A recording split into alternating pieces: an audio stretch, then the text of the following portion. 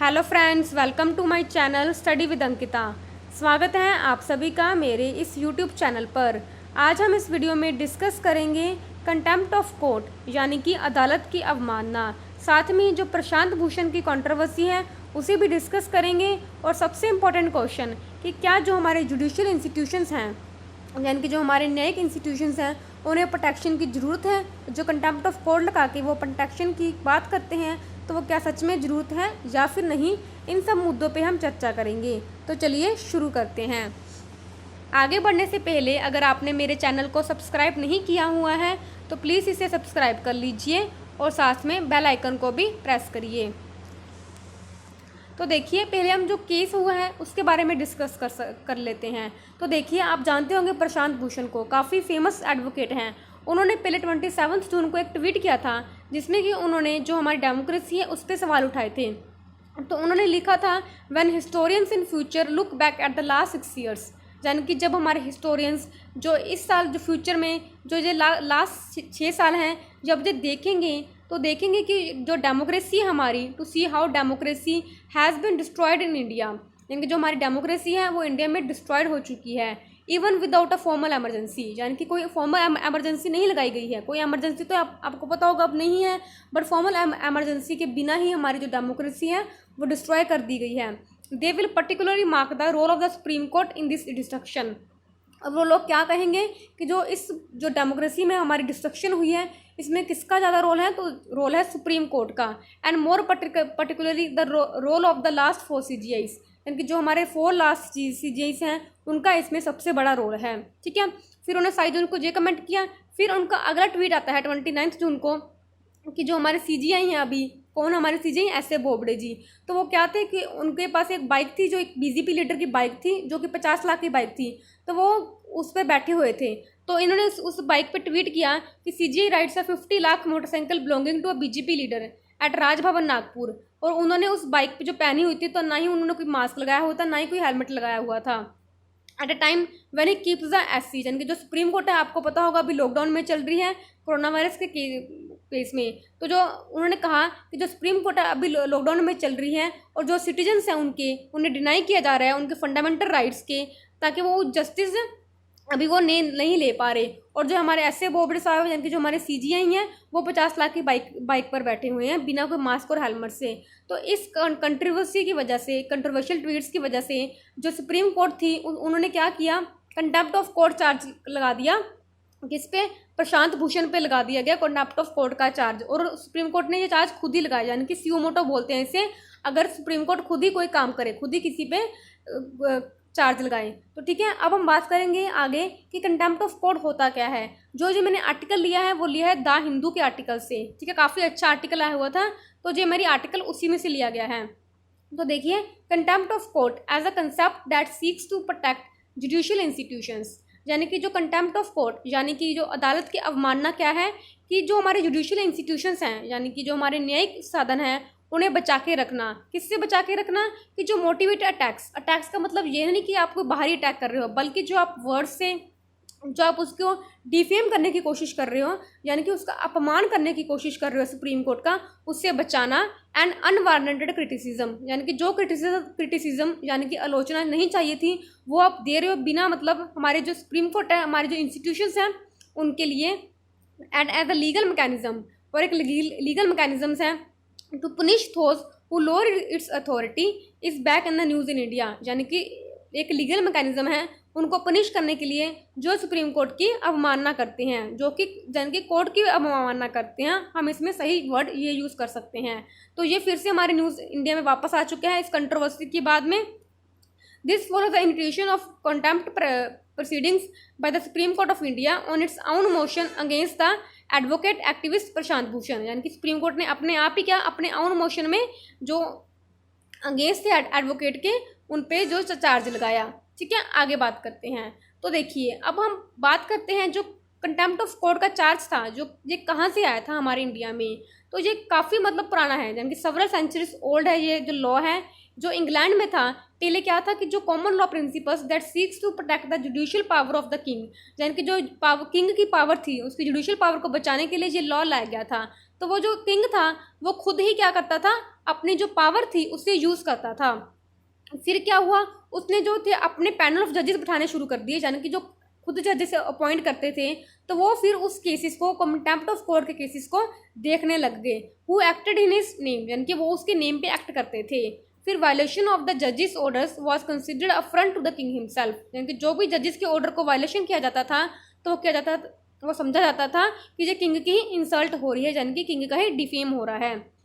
फिर क्या हुआ, over time any kind of disobedience to जजेस, यानी कि फिर आज बढ़ते बढ़ते टाइम पे किसी भी तरह की आप अगर डिसओबीडियंस कर रहे हो जजेस को, और obstruction of the implementation of the directives, यानी कि अगर कोई जज ने कोई ऑर्डर दिया कि कोई डायरेक्टिव दिया कि आपको ऐसे ऐसे काम करना है, आप उसमें रुकावट पैदा कर रहे हो या फिर कोई कमेंट कर रहे हो, एक्शन कर रहे हो इस तरीके से जो आपको लगे कि किसके, जो जज के खिलाफ आपको एक डिसरिस्पेक्ट दिखाए, तो आप इस तरीके से जो काम है ये पुनिशेबल काम बन गए उस टाइम पे, ठीक है ना। तो इस तरीके से जो कंटेम्प्ट ऑफ कोर्ट था ये चार्ज में आया। आगे बात करते हैं। अब देखिए, अब हम अपनी इंडिया की बात करते हैं, यानी कि जो हमारे इंडिया में स्टैट्यूटरी बेसिस क्या है, यानी कि हमारे इंडिया में क्या लॉ है कंटेम्प्ट ऑफ कोर्ट को लेके। तो जो हमारे इंडिया प्री इंडिपेंडेंस इंडिया था, यानी कि आज़ादी के पहले इंडिया था, तो उसमें भी ये लॉ थे, क्योंकि हमारा किसको रूल करा था, हमारा इंग्लैंड ने हमारे इंडिया को रूल किया था। तो हमारे प्री इंडिपेंडेंस टाइम पे भी हमारे कंटेम्प्ट ऑफ कोर्ट के चार्जेस होते थे। बट जो हमारे अर्ली कोर्ट्स, हाई कोर्ट्स हैं, और जो कोर्ट्स से जो कुछ प्रिंसली स्टेट्स हैं, उनको भी ये स्टेटस गिवन था कि वो भी कंटेम्प्ट ऑफ कोर्ट का चार्ज लगा सकते हैं। When the constitution was adopted, जब हमारा कॉन्स्टिट्यूशन क्या किया गया, अडॉप्ट किया गया, contempt of court was made one of the restrictions on freedom of speech and expression. जो हमारा कंटेम्प्ट ऑफ कोर्ट था उसे क्या बताएगा कि एक तरह की जो रिस्ट्रिक्शन है हमारे freedom and speech of expression में, यानी कि हमारे, आपको पता होगा हमें आर्टिकल 19 में क्या मिली हुई है, freedom of speech and freedom मिली हुई है, ठीक है ना, एक्सप्रेशन मिली हुई है। तो जो कंटेम्प्ट ऑफ कोर्ट क्या करता है, एक तरफ जो हमारा राइट है उसे क्या करता है, उसे कर्टेल करता है, यानी कि उसे कम करता है सेपरेटली। अब देखिए, अब जो हमारा आर्टिकल 129 है, ये पेपर में आर्टिकल पूछे जाएंगे इसको पेपर में से, तो इस टॉपिक से आर्टिकल प्लीज़ याद कर लीजिएगा। ये आर्टिकल 129 काफ़ी इंपॉर्टेंट है। तो आर्टिकल 129 हमारे कॉन्स्टिट्यूशन का क्या कहता है कि जो हमारा सुप्रीम कोर्ट है उससे पावर दी गई है कि जो अगर कोई कोर्ट की अवमानना करता है तो क्या है, उसे पावर है कि वो उसे पुनिश कर सकता है। और अगर हम हाई कोर्ट्स की बात करें तो हाई कोर्ट्स के लिए यही आर्टिकल हो जाता है 215, आर्टिकल 215 एंड आर्टिकल 129 है सुप्रीम कोर्ट के लिए, एंड आर्टिकल 215 है हाई कोर्ट के लिए। यानी कि सुप्रीम कोर्ट भी मतलब कंटेम्प्ट ऑफ कोर्ट जारी कर सकती है और हाई कोर्ट भी जारी कर सकती है। अब उससे जो नीचे की कोर्ट्स होती है, यानी कि जो डिस्ट्रिक्ट कोर्ट होती हैं, वो जारी नहीं कर सकती कंटेम्प्ट ऑफ कोर्ट, बट वो हाई कोर्ट को बोल सकती हैं कि उनके साथ ऐसा हुआ है, तो यानी कि तो हाई कोर्ट उनके बिहाफ पे कंटेम्प्ट ऑफ कोर्ट जारी कर सकती हैं। तो ठीक है ना, यानी कि जो लोअर कोर्ट्स हैं उन्हें भी एक तरह की प्रोटेक्शन प्रोवाइड करता है कंटेम्प्ट ऑफ कोर्ट से, ठीक है। जो कोर्ट की अवमानना होती है उससे एक प्रोटेक्शन प्रोवाइड मिलती है नीचे के कोर्ट्स को भी। The contempt of court act, अभी देखिए एक्ट का नाम क्या है जिससे कि इनको पावर मिलती है, तो उस एक्ट का नाम है the contempt of court act 1971। ये पेपर में डेफिनेटली पूछा जाएगा, किसी ना किसी पेपर में, किसी ना किसी शिफ्ट में पक्का आएगा, तो इसे भी आप अच्छे से याद कर लीजिए। The contempt of court act 1971, ये हमारे जो इसको स्टैट्यूटरी मतलब बैकिंग देते हैं हम इस आइडिया को कि अगर कोर्ट की कोई अवहेलना करेगा तो इसे मतलब एक पुनिशेबल चार्ज माना जाएगा। आगे बात करते हैं। अब बात करते हैं कि जो कंटेम्प्ट ऑफ कोर्ट है उसके कितने प्रकार हैं, यानी कि कितने प्रकार से किसी पे लग सकता है ये इल्ज़ाम। तो देखिए, इसे दो तरीके से किया गया है डिफाइन, एक तो किया गया सिविल और एक होता है क्रिमिनल, यानी कि दो तरीके से चार्जेस किसी आदमी पे लग सकते हैं। सिविल क्या है, सिविल का कंटेम्प्ट काफ़ी सिंपल है। इसमें क्या किया जाता है कि कोई ऐसा आदमी जिसने कि मान के चलिए कोई कोर्ट ने ऑर्डर दिया था, वो जानबूझकर कोर्ट के ऑर्डर को ना माने, ठीक है, या फिर कोई अंडरटेकिंग चल रही थी कोर्ट में, उसे जानबूझकर तोड़े, तो उसे हम किस में लेके आएंगे, तो उसे में लेके आएंगे हम सिविल कंटेम्प्ट ऑफ कोर्ट में। अब बात करते हैं क्रिमिनल की। जो प्रशांत भूषण का केस है वो भी इस क्रिमिनल के दायरे में डाला गया है। जो क्रिमिनल कंटेम्प्ट कोर्ट है काफ़ी कॉम्प्लेक्स है। इसमें क्या 3 फॉर्म्स गिवन है, एक तो वर्ड्स, रिटन और स्पोकन, यानी कि आप कुछ इस तरीके से वर्ड्स बोल रहे हो, रिटन में बोल रहे हो या स्पोकन में बोल रहे हो, या कुछ ऐसे साइंस दिखा रहे हो, या फिर एक्शंस हैं डेट स्कैंडलाइज और टेंड टू स्कैंडलाइज और लोअर और tend to lower the authority of any court, यानी कि आप कुछ इस तरीके से वर्ड्स वगैरह बोल रहे हो जो कि जो हमारी कोर्ट है उनके स्टेटस को क्या कर रही है, लोअर कर रही है, यानी कि उन्हें डिफेम कर रही है, ठीक है। फिर prejudice of interferes with any judicial proceedings, यानी कि बिना आपने देखे हुए एक धारणा बना ली हमारी जुडिशियल प्रोसेसिंग पे।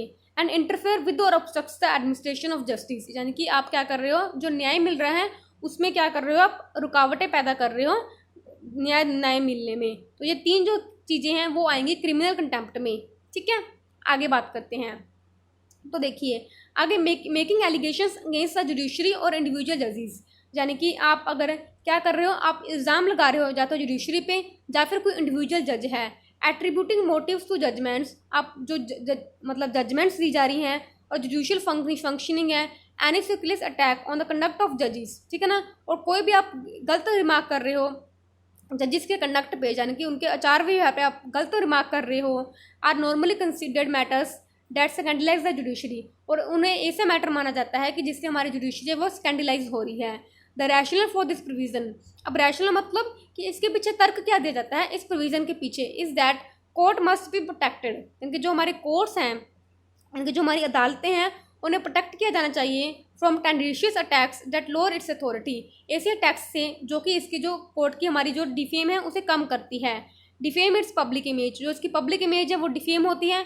And makes the public loss faith in its impartiality, यानी कि लोगों में ऐसा लगता है कि अगर हम बात करें तो आप अब भी देखिए कि अगर कोई सुप्रीम कोर्ट का फैसला आ जाए तो हम उस पर आँख बंद करके विश्वास कर लेते हैं, यानी कि हमारा क्या है, सुप्रीम कोर्ट पे क्या है, एक विश्वास है कि सुप्रीम कोर्ट अगर कोई हाई कोर्ट भी गलत फैसला दे देगा तो सुप्रीम कोर्ट गलत फैसला नहीं देगा। तो हमारा जी ऊपर क्या विश्वास है। अगर इस तरीके से जो बातें होंगी, अगर इस तरह के प्रशांत भूषण जैसे लोग और हमारे कोर्ट से जो हमारे सुप्रीम कोर्ट है उसके खिलाफ बोलेंगे तो हमारा क्या हो जाएगा, एक तरह से सुप्रीम कोर्ट पे जो हमारा बयान है, जो हमारा फेथ है वो कम होता जाएगा। यानी कि हमें क्या लगता है कि सुप्रीम कोर्ट क्या है, इम्पार्शियल है, यानी कि वो किसी की साइड नहीं लेगी, ना गवर्नमेंट की साइड लेगी ना जनता की साइड लेगी, जो सही होगा उसकी साइड लेगी। तो हमारा जो ये विश्वास है कि जो सुप्रीम कोर्ट है वो इम्पार्शियल है, तो इस तरीके से वो हटने लग जाएगा। तो इस सबसे बचाने के लिए जो कंटेम्प्ट ऑफ कोर्ट लाया गया है, ठीक है ना, ये इसके पीछे रैशनैलिटी है। The punishment for contempt of court, अभी जिसकी पनिशमेंट कितनी है, इसकी कुछ सिंपल इम्प्रीजमेंट है 6 महीने के लिए, यानी कि एक कारावास है 6 महीने के लिए, या फिर क्या है आपको फाइन देना पड़ सकता है 2000 रुपये का। ठीक है, बस इतना ही है इसमें। तो आगे बात करते हैं। अब देखिए ऐसा कि नहीं है कि आप अगर जुडिशरी के खिलाफ बोल रहे हो तो वो कंटेम्प्ट ऑफ कोर्ट में ही गिना जाएगा, नहीं, बल्कि देखिए अगर मान के चलिए कि fair and accurate reporting of judicial proceedings, यानी कि आप क्या कर रहे हो कि जुडिशियल प्रोसीडिंग्स चल रही हैं उस पर आप क्या कर रहे हो, आप फेयर एंड एक्यूरेट रिपोर्ट, यानी कि बिल्कुल सही रिपोर्ट दे रहे हो, तो वो कंटेम्प्ट ऑफ कोर्ट के दायरे में नहीं आएगा। Nor is any fair criticisms, यानी कि आपने मान के चलिए कोई मतलब जुडिशियल क्या आया था कि ऑर्डर आया था कि ऐसा ऐसा होना चाहिए, आपको वो ऑर्डर पसंद नहीं आया तो आपने उस पर क्या कर दिया, क्रिटिसिज्म कर दिया, तो वो भी कंटेम्प्ट ऑफ कोर्ट के दायरे में नहीं आएगा।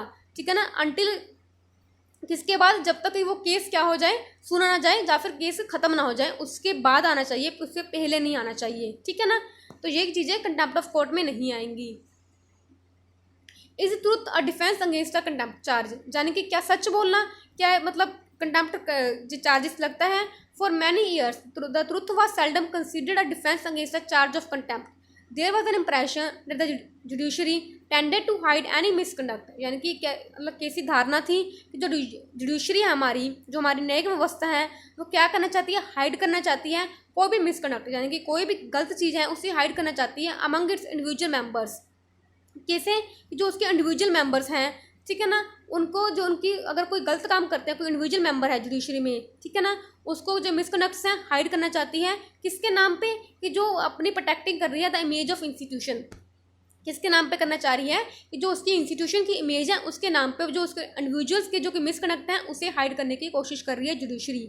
The act was amended in 2006, और ये एक्ट था किसके कहाँ पे अमेंड किया गया था, 2006 में अमेंड किया गया था, to introduce truth as a valid defence. तो इसमें क्या किया गया था, जो ट्रूथ है वो एक वैलिड डिफेंस माना जाएगा if it was in the public interest and was invoked in a bona fide manner. ठीक है, आगे अब देखिएगा chilling effect of criminal contempt. Chilling effect मतलब कि जो हमारा जो क्रिमिनल कंटेम्प्ट है, जो कोर्ट है, मतलब जो क्रिमिनल कंटेम्प्ट लगता है, तो ये क्या हमारी एक तरह के चिलिंग इफेक्ट दे रहा है, यानी कि चिलिंग इफेक्ट मतलब कि जो हमारी freedom of speech and expression है उस पर क्या लग रहा है, कि रिस्ट्रिक्शंस लगा रहे हैं। तो पेपर में जो क्वेश्चन बन सकता है, यूपीएससी में बन सकता है कि आपको यही स्टेटमेंट दे देंगे और आपको कहेंगे कि इसका क्रिटिकल एनालिसिस करिए, तो आपको ये सारे पॉइंट्स लिख के आने हैं उसमें।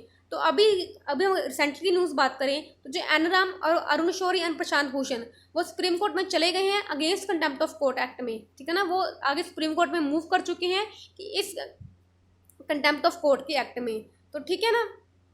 अब आपको आशा करती हूँ ये अच्छे से समझ में आएगा कि कंटेम्प्ट ऑफ कोर्ट क्या होता है। और ये इसकी जो हियरिंग होगी आगे प्रशांत भूषण के केस की, वो हियरिंग होगी 5 अगस्त को, ठीक है। तो आज के लिए बस इतना ही इस वीडियो में। तो आशा करती हूँ आपको अच्छी लगी होगी वीडियो। अगर अच्छी लगे तो प्लीज़ इसे लाइक करिए, शेयर करिए and subscribe to my channel. अगर आपको इसकी PDF चाहिए तो you can join me on Telegram channel study with Ankita. Thank you.